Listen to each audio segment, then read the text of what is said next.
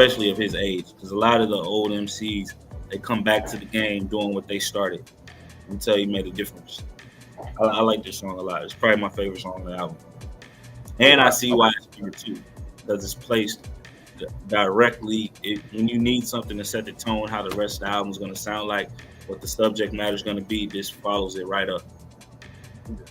I mean, you could have said it any better than that. I mean, I'm just going to add on to what you had to say, because I mean, I agree with so much with what you had to say.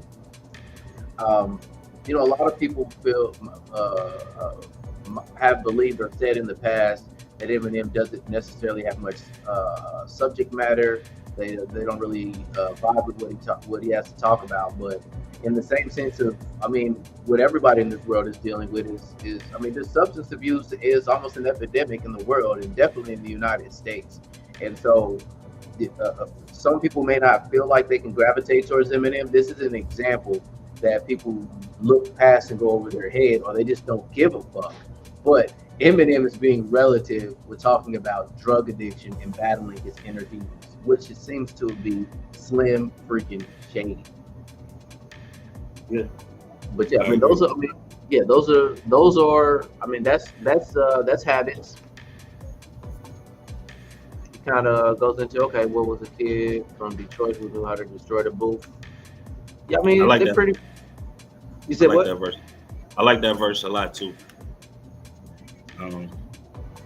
I like where he went with this verse, where he took it, because the first verse is Slim Shady, in my opinion, and the second verse is Eminem.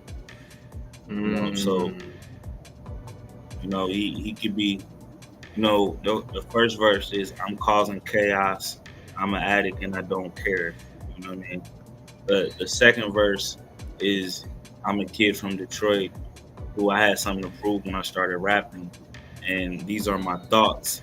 You know, and people get pissed off about them, but time where nobody cares about these thoughts, or you know, these thoughts were so offensive in my time, and so I think that's what this second verse kind of.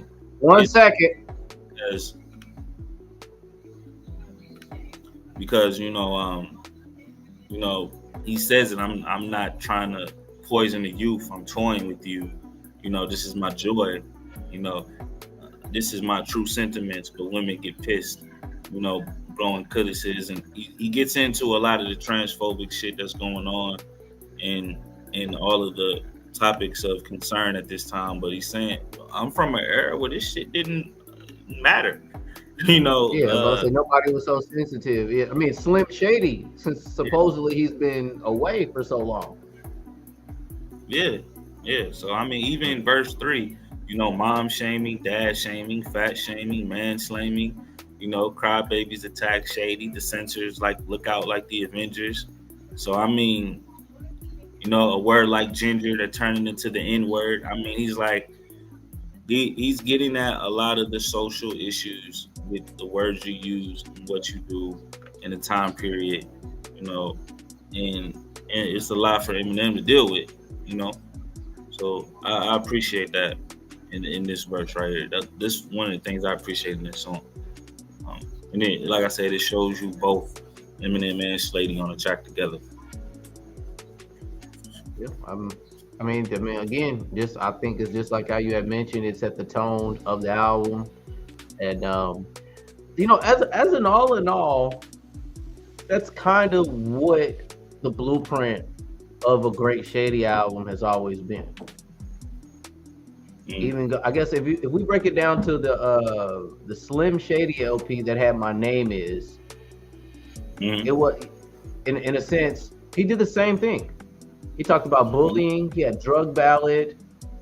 Then he talked about how pop culture making fun of it. So yeah. I think at this point, I think so far he's going. I think he's going to pinpoint these moments in our lives as long as he's going to be involved in hip hop. And you know, I think that's what sets him apart from. That's his milestone in hip hop of his career. Yeah, I definitely hear that he's getting a lot of points across. That he's getting a lot of thoughts out, letting his frustrations go about what's going on in the culture.